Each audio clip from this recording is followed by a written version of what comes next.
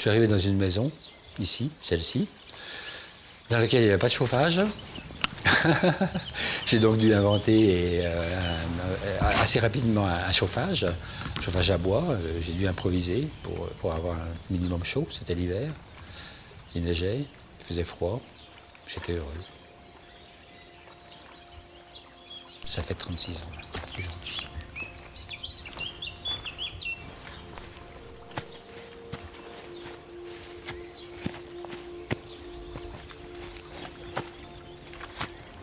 J'habitais une petite maison, enfin chez mes grands-parents, à l'opposé de l'emplacement où se trouvait la classe, en fait, l'école du village.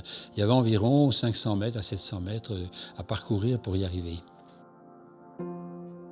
La route que j'aurais dû prendre, ou que je devais prendre chaque matin pour arriver à l'école, devait m'y conduire environ en 10 minutes. Mais immanquablement, je prenais soit le chemin qui partait sur la gauche, soit celui qui partait sur la droite.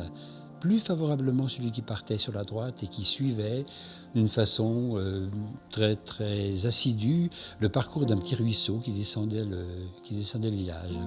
Ça me faisait arriver immanquablement une demi-heure, voire 3/4 d'heure en retard. Je n'étais pas forcément toujours bien accueilli par le maître ou la maîtresse. C'est comme ça que je finissais généralement au coin, à genoux, sur une brique, le temps que les choses s'arrangent.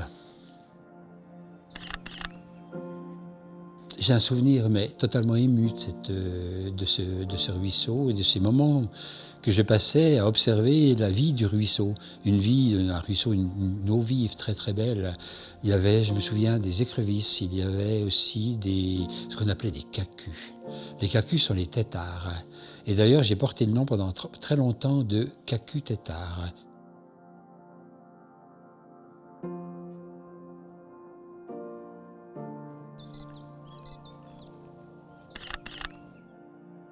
J'étais pas un bon élève, mais quoique, dans certaines disciplines, je pouvais être excellent même, et reconnu comme tel, dans le français, par exemple, l'histoire, la géographie, mais surtout dans les sciences naturelles.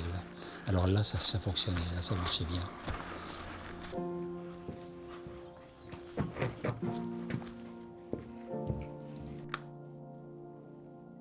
Photographe, j'ai beaucoup parcouru les Grangettes pour y photographier les oiseaux.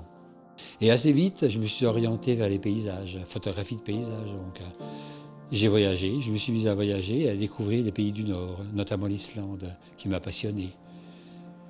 Les pays scandinaves également. J'ai également découvert l'Écosse pour ses belles lumières. Et puis, bien sûr, la Toscane, qui fut également une véritable passion.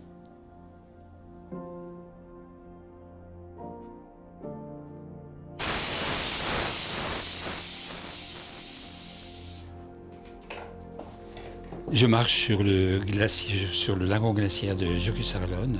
On est au centre de l'Islande, sur un lagon glaciaire totalement éclairé par une lumière totalement improbable et très belle. Un orage se prépare et soudainement j'ai les appareils dans les oreilles. Je sens que l'orage est tout proche et que je suis vraiment en danger. Je pose le crampon, je pose le piolet et plus fort que tout ça, je m'émerveille devant ce paysage complètement incroyable qui est celui qu'on voit maintenant là.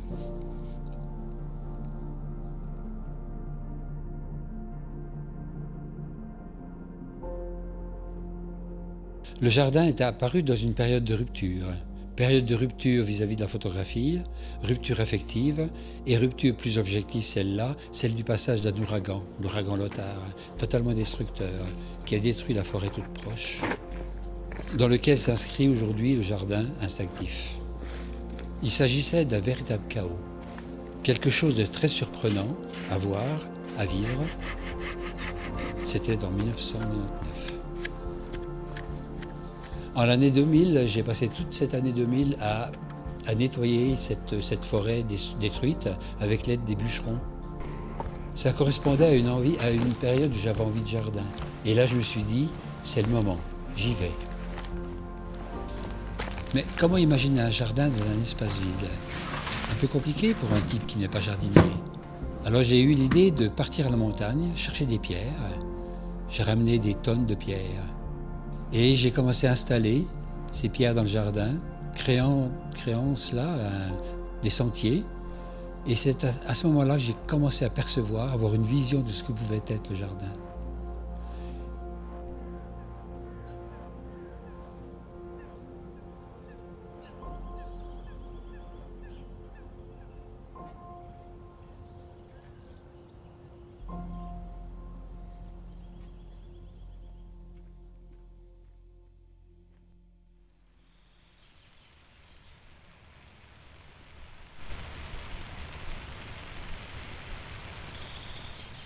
Alors j'ai introduit dans ce jardin des plantes qui a priori pouvaient me plaire, et notamment les roses, qui sont des arbustes que j'aime beaucoup, et notamment en particulier les roses anciennes.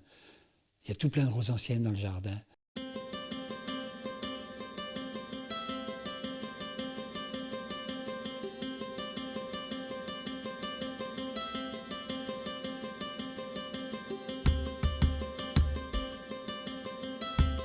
J'ai introduit aussi des plantes qu'on appelle les plantes vivaces, des plantes à feuillage aussi, car j'aime beaucoup les structures des plantes, non pas seulement pour leurs fleurs, mais pour ce qu'elles ont à proposer en tant que feuillage aussi, ça me plaît beaucoup. Donc dans ce jardin, on y trouve des arbustes à la fois, tout est mélangé d'une façon peu ordonnée, assez sauvage, ce qui donne un aspect assez naturel au lieu. Et quand on s'y promène, on se promène dans un jardin un petit peu imaginaire, en tout cas naturel, a priori naturel.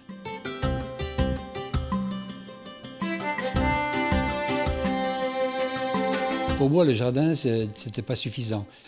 Et en fait, s'est imposé assez rapidement l'utilisation de deux matériaux, le bois flotté et la ferraille rouillée.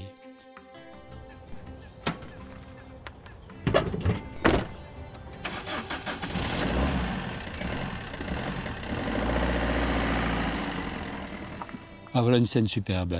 Ici, c'est une vasque qui est creusée par les sangliers. Ça leur sert de déparasitage, en fait. Et puis, oui, parce qu'ils se mettent de la boue sur les poils, et ce qui les protège des parasites. Et puis là, on voit des traces ici, des différents sabots avec des jeunes et des adultes. Superbe.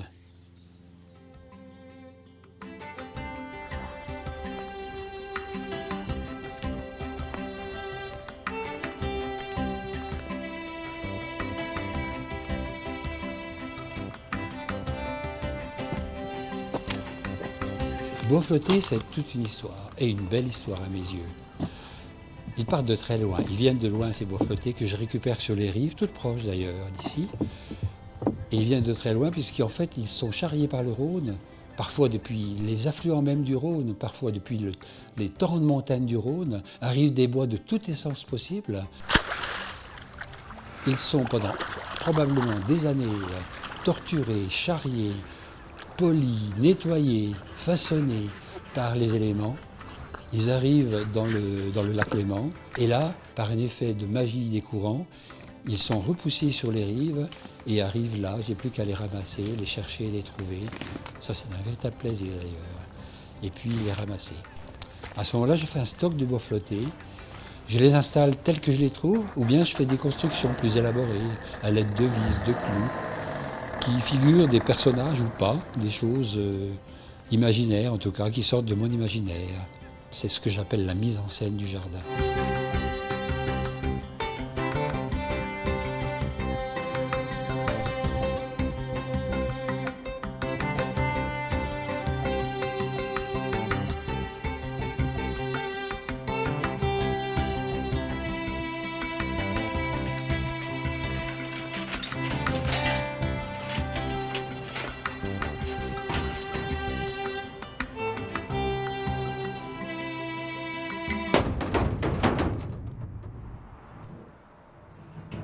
Il est difficile de trouver des ferrailles rouillées maintenant dans les campagnes, alors je vais chez le ferrailleur.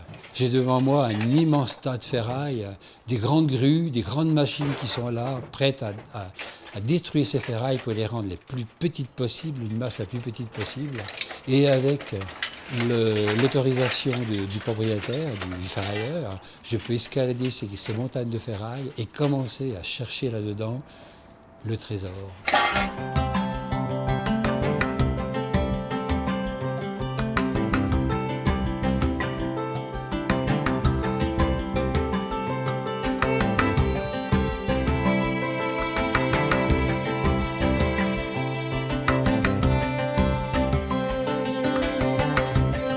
C'est un jardin qui fait pas mal de propositions. Il y a des expositions qui sont organisées durant chaque été. Expositions de sculpture, expositions de photographie, expositions de modelage. Donc les gens qui viennent à ces propositions, notamment le concert du solstice d'été, ce sont tous des amis du jardin. Et ces personnes-là ont tous quelque chose en commun, c'est l'intérêt pour ce jardin. Et ça crée une atmosphère qui est totalement particulière et assez difficile à décrire.